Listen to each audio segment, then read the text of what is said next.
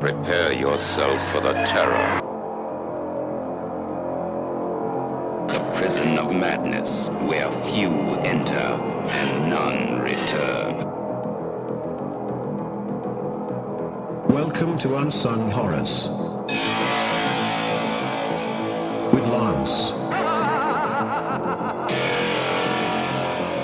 And Erica. Leave all your sanity behind. It can't help you now. Hello, everyone, and welcome to another episode of Unsung Horrors, the podcast where we review underseen horror movies, specifically those with fewer than 1,000 views on Letterboxd. I'm your co-host, Lance, joined by co-host Erica. Hey, everyone. So, a couple of episodes ago, I had mentioned that I was watching a lot of Swedish films, specifically films that were included in this book I'd been reading called Swedish Sensations Films, A Clandestine History of Sex, Thrillers, and Kicker Cinema by Daniel Eckroth. I highly recommend this book. It's published by Bazillion Points, and it covers so many underseen Swedish films, or at least underseen to American audiences. Yeah.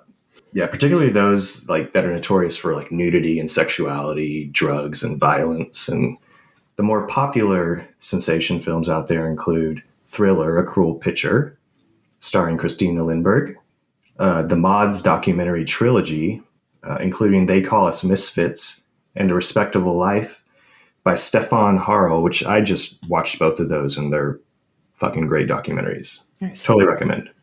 And although Ingmar Bergman's films are understandably well known, The Virgin Spring is also covered in the book due to its intense depiction of rape and violence and how it arguably kicked off the whole rape revenge genre. Yeah, I mean, that's understandable to include that movie in there. Like, we wouldn't have Last House on the Left without that movie. For sure. And when you think of Swedish cinema, I mean, Bergman. That's the first name. Yeah, I did so for listeners, most of you know that we're based in Austin, and we had a very traumatic week. When is this coming out next? So a couple weeks ago. And I went into, I mentioned, I think at one point about, when I'm in a fucking mood, I just put on some Bergman and curl up. And I watched like 6 Bergman movies that week. Nice. That's a good medicine for if things are going bad. Yes, lean into your depression, folks. Don't listen to me.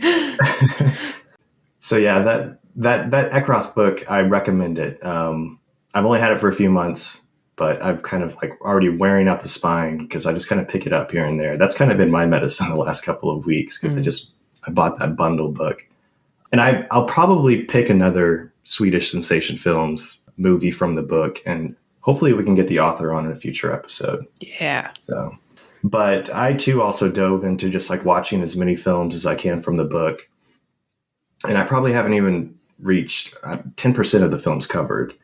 Like I said, I just think so many are going to be great for a future podcast or just to talk about. And I actually picked one of the films, Mannequin in Red, as a double feature for the Argentine Giallo Crystallized episode. Mm-hmm. And The Mannequin in Red is directed by Arne Mattsson. And today's episode is a film from the same director called Vaxdockan, or The Doll, from 1962. Vaxdockan actually translates from the Swedish word Vaxdockan to the wax doll. But, I mean, the title is obviously referring to a mannequin. Yeah. And as of this recording, Vaxdockan has 190 views on Letterboxd with a 3.4 rating.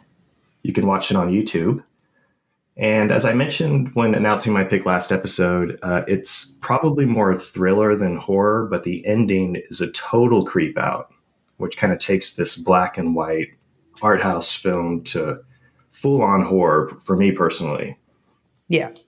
And okay, I'm going to spoil the full film in my summary, but even if you listen to this before watching it, you'll still be really surprised with your first viewing, and you should watch it. Only 190 views on Letterboxd. That's just wrong. Get on it, people. Okay, so here we go. Vaxdockan. We start off with Lundgren, a lonely night watchman, just off his overnight shift, walking the bustling streets of the city early in the morning. He's thinking to himself, lamenting his loneliness, upset that no one cares about him, how everyone else has someone waiting for them, and yet no one wants him. He heads home to sleep all day, and when he gets into the building where he lives, we meet a few of the numerous tenants, Mr. Fredrickson and a young woman who he's having an affair with. Lundgren goes to his room, lays down in his bed, thinking how empty his place is, and that he has no one to talk to. He stares up at the water-stained ceiling above his bed until the stains form a woman's face who he has been dreaming about for so long. Here we see the first image of the woman we will come to meet. That night, Lundgren heads off to work and sees two shadowed figures have broken into the department store where he's a night watchman, and one of the mannequins has fallen over. He walks over to the mannequin, and we see that its face is that of the woman he dreams about. Lundgren calls the police to report the burglary, and he quickly grabs the mannequin and takes her outside to hide her in a storage cellar of some kind. He waits for the police to arrive, and he tells them that he saw two men run off with the mannequin. And he's muttering to himself how beautiful the mannequin or the doll was. As the police leave, Lundgren covers the mannequin and swiftly heads to his place with her in his arms. When entering his building, he sees a little kid heading down the stairs with a bowl of water to feed his pigs in the basement, which is where Lundgren is hiding at that time with his mannequin. The boy's mother calls him up, and Lundgren runs up the stairs to his room and places his doll on the bed.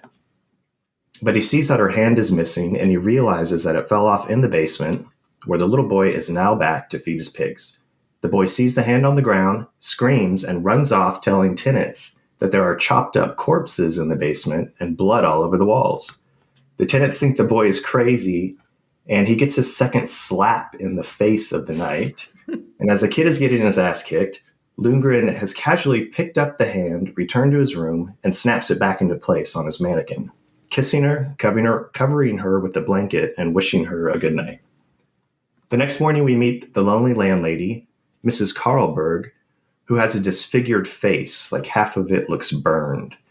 And she's talking to a tenant named Mrs. Linde, who apparently can't control her cats.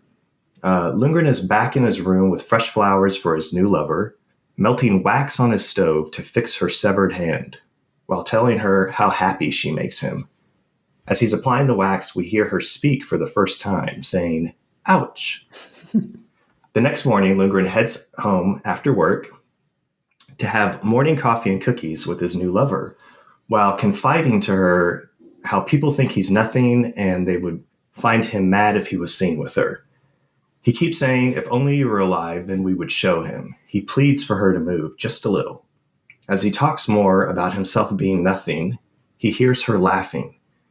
While he loudly tells her not to laugh at him and love him instead, Mr. Fredrickson and his young mistress are listening through the walls in the next room, curious if the lonely Lundgren has a woman in his room.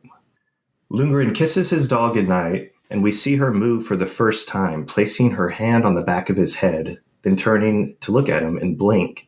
She reaches up and pulls him towards her for another kiss, and Lundgren starts laughing uncontrollably, going mad with happiness. The next morning, the mannequin wakes up and begins to talk to Lundgren. She's happy with him and the place that they live, although Lundgren talks about getting a better house and buying her nice things. During the conversation, landlady Mrs. Carlberg knocks on the door to ask for her rent, which freezes up the mannequin, and she stops talking. And on his way to work that evening, he meets another tenant in the stairway who tells him that being married sucks, and that women just want things like jewelry and TVs. Lundgren thinks about stealing a bracelet from the shop at night after hearing this, but doesn't, and luckily sees a woman getting into a taxi drop her bracelet, which he pockets and takes home to his doll as a gift. She loves the bracelet, and he says he wants to give her things so that she won't leave him. He tells her he must go back to work, but she tells him to stay and that no one will miss him, that she is the only one who will miss him. So he goes to the landlady to borrow her phone and calls into work, saying he's ill and needs a few days off. Mrs. Carlberg is worried about him, and being lonely herself, we can see that she has feelings for Lundgren. But back in his room, Lundgren tells his mannequin how his boss was very understanding and was told that he's very valuable to the company. The mannequin starts to become jealous as Lundgren seems happy with his boss and his connections to his job. And he seems pleased that she's jealous out of the love for him. And he turns on the radio and begins dancing like Crispin Glover from the final chapter. And as he's dancing, he's just yelling with happiness, very awkwardly. And the music and the yelling brings the landlady to knock on the door, which in turn makes the mannequin beat back on the door. She's beating on the door, yelling, saying she wants to be free in the world among the people, and that she wants them to come into the room to see her. Mrs. Carlberg is listening and seems to hear only Lundberg talking, telling his lover to stop. He's upset and doesn't understand why his mannequin would do that, as people would take her away if they came in and found her. And we see the first quarrel between them. Lundgren puts a pot of coffee on the gas stove and he falls asleep. And the kid in the building smells the gas and yells that Lundgren has gassed himself to death. And a tenant breaks into Lundgren's room and turns off the gas, waking Lundgren and asking if he's all right. As they're talking, the kid sneaks into the room and sees the mannequin under the covers, yelling that Lundgren has killed someone. The man tells the kid to get out, and they both leave Lundgren alone. He runs to his mannequin, apologizing that someone almost saw her and that he's a coward. She's not responding, and he lets her know that he will show her to everyone to prove his love for her and let her live her life. He runs out to buy her a fur coat as the tenants talk in the stairway about how crazy Lundgren is. When they see him and ask how he's feeling, Lundgren says he's great and that he's going to buy a fur for his lady who is now living with him. When Mrs. Carlberg, the landlady, asks what her name is, Lundgren can't answer as he's never asked her name. As Lundgren runs out to get a fur coat, Mr. Fredrickson and his young lover breaks into his room, and the young girl steals the bracelet from the mannequin. Lundgren returns with the fur coat, and his lover becomes upset that the fur is a fake, like everything else about him. She tells him that he has nothing to give but loneliness and emptiness. Lundgren begins to break down, crying, and then notices that her bracelet is missing. He thinks that she invited another man in while he was away, and immediately thinks of Fredrickson. Lundgren bursts into Mr. Fredrickson's room and demands the bracelet from the young girl who was wearing it in bed. Fredrickson tells Lundgren that she's keeping the bracelet and that that Lundgren will be placed in a loony bin if he calls the police. Fredrickson returns to Lundgren's room and starts tapping on the mannequin, saying how unnatural this is, and Lundgren can hear her pleading to help her. Fredrickson leaves, and the mannequin begins crying as Lundgren asks her to forgive him. He then realizes that she wants him to take revenge for what has happened. He loads a gun and goes after Fredrickson, who is left to his country house. Lundgren goes to his house, shoots him through a window, and runs off. Fredrickson survives the shooting, being grazed in the arm, and immediately goes to Mrs. Carlberg, the landlady, to tell her that Lundgren is insane. All the tenants, including Carlberg, break into Lundgren's room and find him in bed with the mannequin. Lundgren is very inviting and tells them to come in. He introduces them to his new lover, and he tells her to tell the others how much she loves him. But she remains quiet, and Lundgren is enraged and destroys her, picking her up and smashing her to the ground, calling her a false whore. He smashes her body, breaking all her limbs and torso, and her head remains on the floor, staring up at him. Lundgren becomes worried that he killed her and collects her body into a suitcase and throws it into the river. He returns home, opens the door to his room to find his doll sitting up in his bed. He screams in terror as she tells him, "You will never get rid of me. I cannot die without you." The end. So it's very weird. It's very art housey. I kind of broke down most of the important elements, but it's a hell of a watch. Okay, before I get into the cast and crew, I just want to apologize beforehand for all the mispronunciations of the Swedish filmmakers and actors' names. Okay, I knew beforehand that picking the Swedish film was not going to make me look like well-cultured or smart or anything, because I have no idea how to properly pronounce or enunciate these things. So I'll do my best. And all the Swedish movie titles, I'm just going to go with the translated English titles. Okay. So the director of Vaxdockan is Arne Mattsson, and I had never watched any of his films before reading Swedish Sensations films, Ekeroth's book. But he was well recognized by critics and audiences, starting with his directorial debut in 1944, which was a drama called And All of These Women.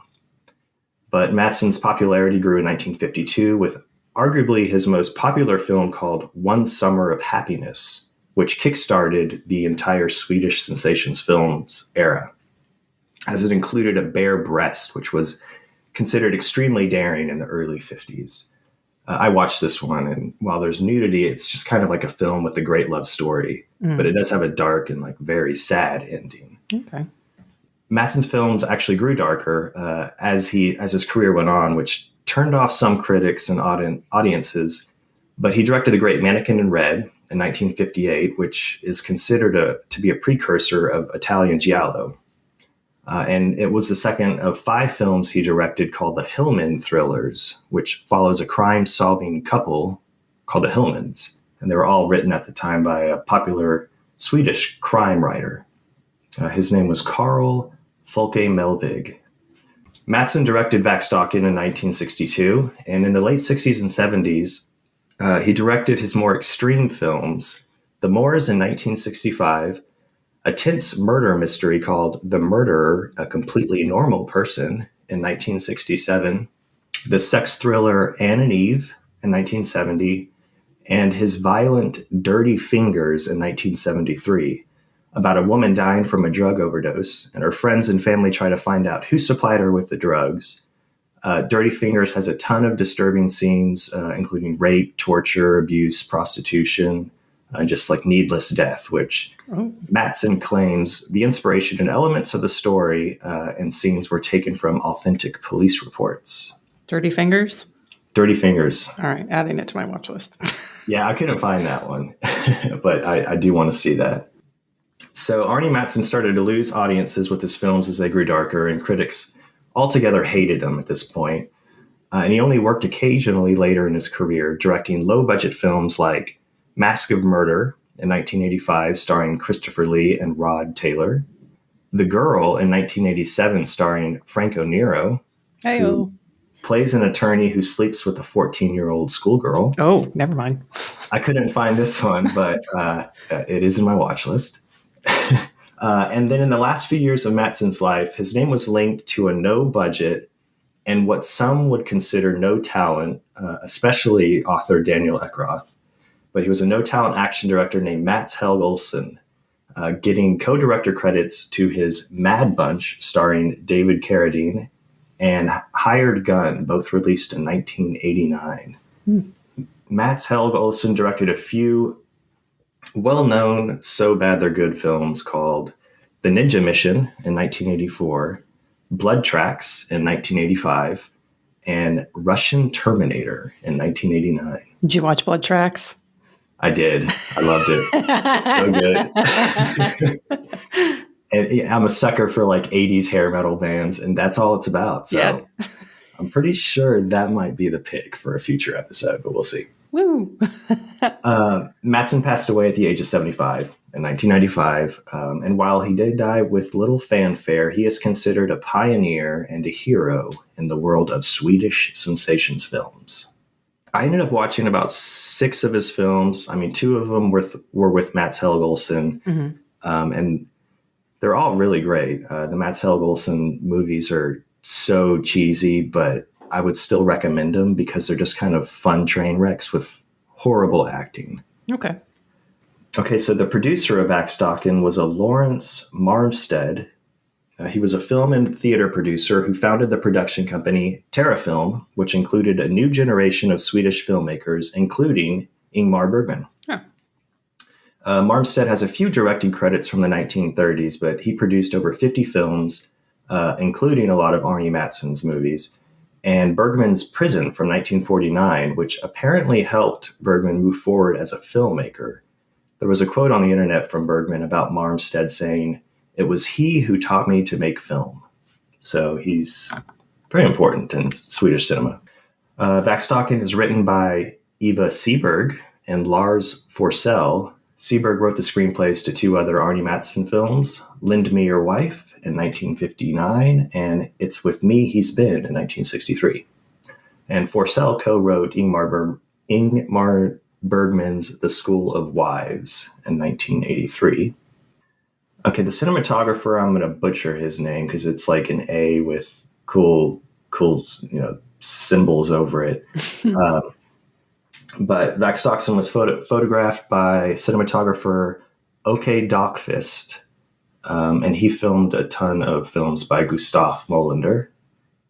I'm not really going to get into like all the other cast and crew, because I don't recognize a lot of their movies. Swedish films are still new to me, and also I'm just going to kill their names.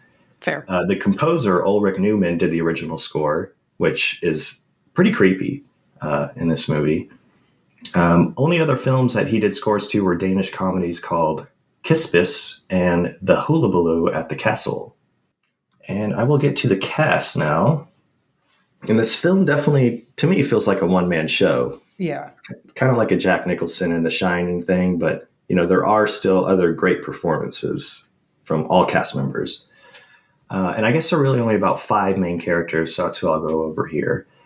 The lead character, Lundgren, the lonely night watchman who steals the mannequin, is played by Swedish actor Per Oscarsson. He's best known in the 1966 Danish drama Hunger, directed by Henning Carlsen, a film considered to be a masterpiece of social realism. He also played roles in the more recent Swedish films, The Girl Who Played with Fire and The Girl Who Kicked the Hornet's Nest from 2009. Okay. I never saw those. I read the books. I didn't see the movies, though. Or maybe I might have seen the first one. I don't remember it. The books were good. That's good. So Oscarsson has hundreds of film credits as an actor, including The Night Visitor, directed by Laszlo Benedict, and Anthony Mann's A Dandy in Aspic, and I love Anthony Mann. So I'm going to seek that one out. The title character, the doll, is played by Gio Petre, who was in a ton of Matson films, including Mannequin in Red, Anne and Eve, and Rider in Blue, and she had a part in Bergman's Wild Strawberries. She was also in the romance drama Loving Couples in 1964, which I kind of want to check out because it had really good reviews. Tor Isedal plays Mr. Fredrickson, the man who's sleeping with a young girl. He's in a lot of Bergman movies, The Seventh Seal, Virgin Spring, A Dream Play, and Rabies. And Marie-Louise Nordgren plays Annie, who's the young woman sleeping with Mr. Fredrickson. I don't think they ever mention her name in the movie, but I just call her the young woman. Yeah, I don't remember it either. And then Elsa Prawitz plays the disfigured Ms. Karlberg, the landlady. She's another Arnie Matson actor. She was in, I think, 7 of his movies, Mannequin in Red, Moriana, Murder, A Completely Normal Person. So those are kind of like the main cast members. There's other tenants that pop up throughout the story, but that's pretty much the full cast and crew of Vaxdockan. We'll get into more of the film right after this promo from our network.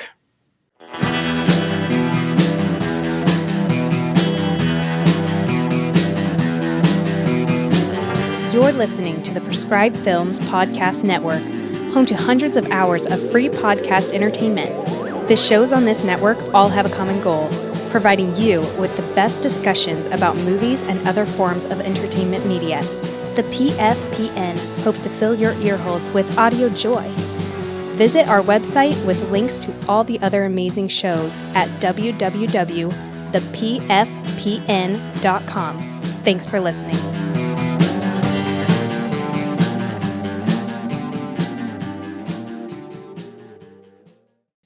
Yeah, so there's a lot of elements, as we were talking about. This movie overall is just about different looks at sad and lonely people.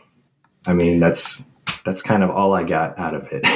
Yeah, it's, obviously the main focus is on Lundgren and his loneliness, and I think that's going to be the majority of what we talk about here. But it's also highlighted or supported by the landlady who, Mrs. Carlberg. She's very lonely as well. The husband, who's one of his neighbors, who basically tells him, oh, marriage, blah, blah, blah. It's, women are greedy and that's the only reason they want a husband. And You're very lucky to, come and go as you please. exactly. Yeah. He's like, oh, marriage is, no, don't do it if you don't have to. This is the only reason. And by having that, I guess, sort of contrast, because, Lundgren wants someone, he wants a partner, but he's having this other person tell him no. Well, eventually what that husband, the married guy, tells him about women being greedy and they just want. Eventually the doll turns into that because that seed's been planted in Lundgren's brain.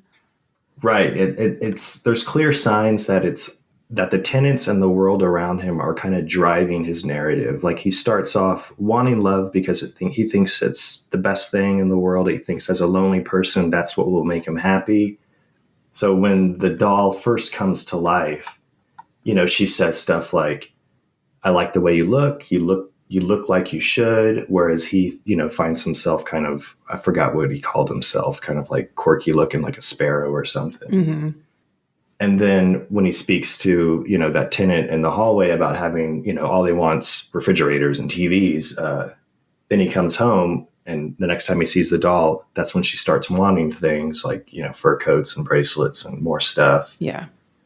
So yeah, it's interesting to see that obviously this is all in Lundgren's mind, but it's being driven, like the narrative of his relationship, his fake relationship is being conducted by people who are telling him about their own personal experiences. Right. But how it initially starts, Lundgren is fully in the projecting driving seat. Like he's shaping her into the woman he wants. Like even from something like talking about the coffee where he says, oh, you like your coffee strong like me. And she says to him, obviously in his head, I'll stay here in your apartment and you tell me about you. You know what to give me and what I want. And it's all about him. And he never asks her anything about her, including her name, which you mentioned in the summary. Like she never gets a name because that's not important to him. Yeah, it is about him and his happiness, like when it all starts out. But yeah, and I think Per Oscarsson, who plays Lundgren, it's not necessary. I think he puts on an amazing performance. I could see why he's in hundreds of films. He's a very well-known Swedish actor. But it's not necessarily his performance that's so well done. It seems to be like the realistic writing in the script and how they make him sadly relatable. Like, yeah, writers Seberg and Forsell write this tight screenplay, like the scene where he's laying in his bed and seeing a face and the stains and textures in the ceilings. I feel like everybody's done that in their life. Not necessarily like seeing a lover or anything, but just, making out weird faces and stuff. And he's written really well, and you immediately see how obsessive he is to find love from the very opening. So yeah, it's just a great performance, a really perfectly written character, in that he just kind of delivers what's written in the screenplay so well. It just makes me sad that that it turns out the way it does. Yeah, I agree. Like when it starts off, you're sympathetic. You're like, oh, I want him to find somebody and be happy, even though it sucks. Like your happiness should not depend on you being in a relationship. That's a whole other therapy can of worms that, I'm not going to open. But him starting off that way, you're sympathetic to him. You're like, oh, he's likable. But you see, like, as his quote unquote relationship with the doll, progresses and goes further along, he becomes less and less likable and more, you mentioned like the Crispin Glover vibes when he's dancing. There's heavy Norman Bates vibes with this guy. Oh, yeah. He's very sort of, average looking, and he even communicates almost in the same way.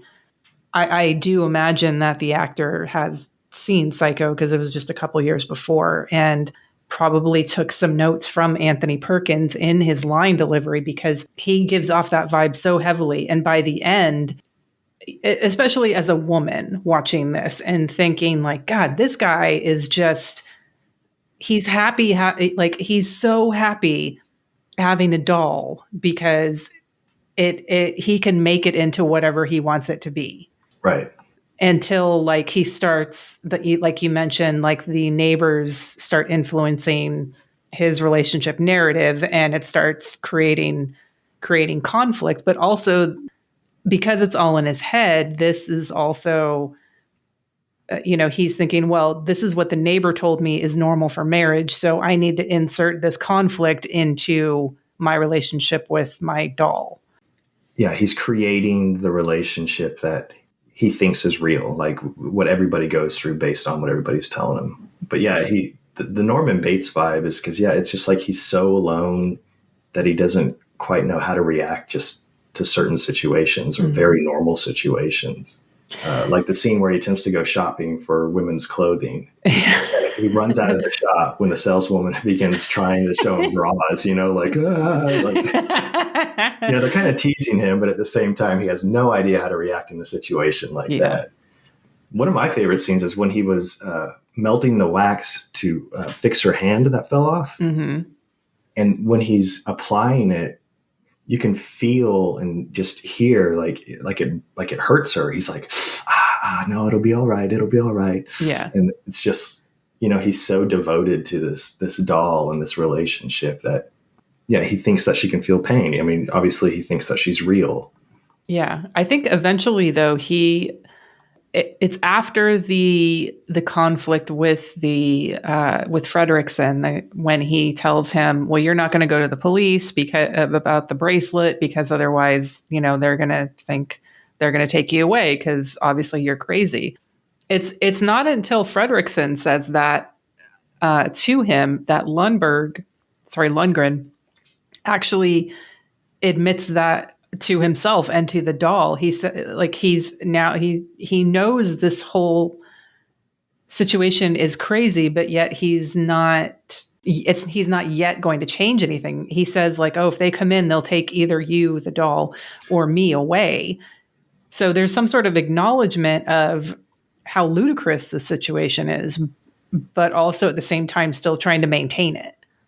Right. That the whole back and forth of how he reacts to the relationship and to her is really just like terribly sad, because he doesn't want anybody to see her because he knows that, either she'll be taken away or everybody will think he's just crazy. Mm-hmm. But then he finally opens up saying, you know what? He starts hearing her saying that she wants to go out into the world and be with people. So he starts accepting that at first, after denying it at first. And now he's saying, okay, I'm going to show everybody how much we're in love. I don't care, what they think. I just want to make you happy. And it'll be, it'll keep me happy, because it's really sad. He's just finding a way to make him feel happy, but others in the outside world are kind of interfering with his happiness in a weird and just creating these negative narratives in his mind. And then you have Mrs. Carlberg, who kind of feel like she accepts her loneliness, and, her physical imperfections, but she's angry she still has an angry tone, with her tenants. She's kind of very forceful with her tenants. And she's angry but sane, but she seems both irritated and sad about Lundgren. I mean, she has some great lines at the end when he's kind of breaking down. She says that it would be so much better if a person could just accept her unhappiness, referring to herself. I think she's actually looking at a doll that's hanging on her mirror. Yeah. And she's like, because everyone is in fact alone, no matter how much they try to pretend they are together. Yeah, this movie fucking hit hard this week. It did. After the whole fucking winter storm outage bullshit, I was like, oh God, this is roll up in a ball and kill myself. I'm alone. I mean, the one line that really got me is when all the tenants break in at the end, and that's when Lundgren finally says, like, "Hey, this is my, my lover. Say hi," and that's when he starts freaking out and getting upset that she's not replying. But it's the first time he admits the relationship to everybody and shows her to the world. And then one of the tenants, the crazy cat lady, she just kind of leans in, and Mrs. Carlberg says something like, I can't believe this. He's with a doll. And she, quietly says, but we're the ones who intruded. And I'm like, it seems like his world was falling apart, regardless of them coming in or not. But it's true. It's like, let him be happy. He can do what he wants with his doll, just everybody get off his fucking back. Yeah. I mean, I feel a lot of sympathy though for Mrs. Carlberg, despite like them breaking in and her sort of disgust at the situation. Cause I think a lot of her disgust is justified because it's clear that she does have some feelings for Lundgren. And I'm assuming that he didn't even look at her as a possibility because of her disfigured face. And so if you're someone who is enamored with someone and maybe you're not making it clear and that's partially your fault, but if you're thinking, wow, this person's lonely, I'm lonely, we should get together. It's like, oh no, he's got a fucking mannequin instead. Right. Like, I'm not good enough. I'm a real living human person, but because I'm disfigured and not up to his Lundgren sort of ideal woman persona, I'm not even an option to him. So I think she's perfectly justified in being angry, but crazy cat lady too. It's like, yeah, don't worry about what other people do in their homes. Yeah. I mean, it seems like everybody's perspective, you can just kind of, shake your head in agreement. That's what makes all these characters so great. I mean, it's like, oh, that's a good perspective of it. They kind of bring every single look at being lonely. I mean, and kind of, fighting for what's different or what brings you happiness, or, just all these different looks that make it really interesting. Yeah. I also really liked Related Unrelated because it is about Lundgren and sort of being a man-child, is that nursery rhyme song at the beginning and the end. Yes. That I didn't bring that up in the summary, but yeah, it's the opening and closing song. And the song is called The Ballad About the Man and the Doll. At least that's what it translated to when I pulled it off the credits. I couldn't find it. I found it online. I found the scene online, but it's just this creepy, it's a great opening song that kind of foreshadows the entire film and the lyrics, because it has like this little girl bouncing her ball against a wall that has a chalk drawing of like a man, and she's inside a house. And the lyrics is like about an unhappy man growing up, crying for his mother all his life. And there is a scene where his mother's pictures, her framed picture is on his bedside, but as soon as he brings the mannequin home, he just puts it in the drawer. Yeah. But he's in the lyrics, she says like never becoming sane and playing with dolls his whole life. And there's nothing, and there's something really, really wrong with grown men who play with dolls. And if his doll fell apart, he would too. That was like in the opening song, and it's very, very creepy. And that kind of sets the tone for the whole, brings that horror element to the movie for sure. Yeah, absolutely. One of the other things, I'm skipping to the ending, but we don't necessarily have to like end with the ending, but when he cuts up he breaks the mannequin and is like shoving the pieces of the mannequin, aka her body, into luggage, and then he takes it down to the river and throws it in there. It's full on Psycho at that moment. Psycho the movie, not just Psycho as in psychotic. Because it's just like that moment in Psycho where the car is being pushed into, and then it stops for a second, and Bates has that like moment. Yeah. And the luggage takes a little while to go down, but there's this sort of underlying humor to it because there's no stakes involved with this. It's like, it's a fucking mannequin. Like, you're not going to get in trouble for this. Like, if anything, you're going to get a ticket for littering. Yeah, that was another scene where it's like he's just all over the place because he knows he's smashing a doll, but then he realizes, oh my God, I just killed this woman. Yeah. And he tries to hide the body, but you're right. It's just plastic and wax, and it's sad. It's just sad. It's sad, but very, very good. It's very good. Yeah, and Arnie Matson just directs the hell out of this with like some of the camera angles, especially in that old building where all the tenants are living. There's a bunch of great scenes of just like, people walking up and down that staircase and just these great angles and the way that it's built up while we wait for the mannequin to come to life. But it's just super quick pacing. I mean, it doesn't take long for you to realize what's happening. But there are cuts in the beginning where Lundgren will say something or do something, and we expect a reaction from, a real person. So the camera will kind of cut to the doll's face and kind of do a close up on the mannequin's eye, but it's just this, mannequin. And you kind of are almost like envisioning or creating your own. You can see already reactions and expressions coming to life before she even does, which kind of sets up the reveal of her coming to life even stronger. Yeah. And then the effects are great too, because the mannequin looks exactly like the actress. Like they did a great job plastering them. There's points where you can't really tell what's real and fake with maybe it's the black and white and stuff, but yeah, everything think so. looked really good. I mean, but like if there's an option to shoot in color, it's a very smart decision to shoot it in black and white for that, because it masks that difference between the two and makes that line between living and plastic all the more blurred. Yeah, it's way more effective than Kim Cattrall and her as a mannequin in the 1987 movie.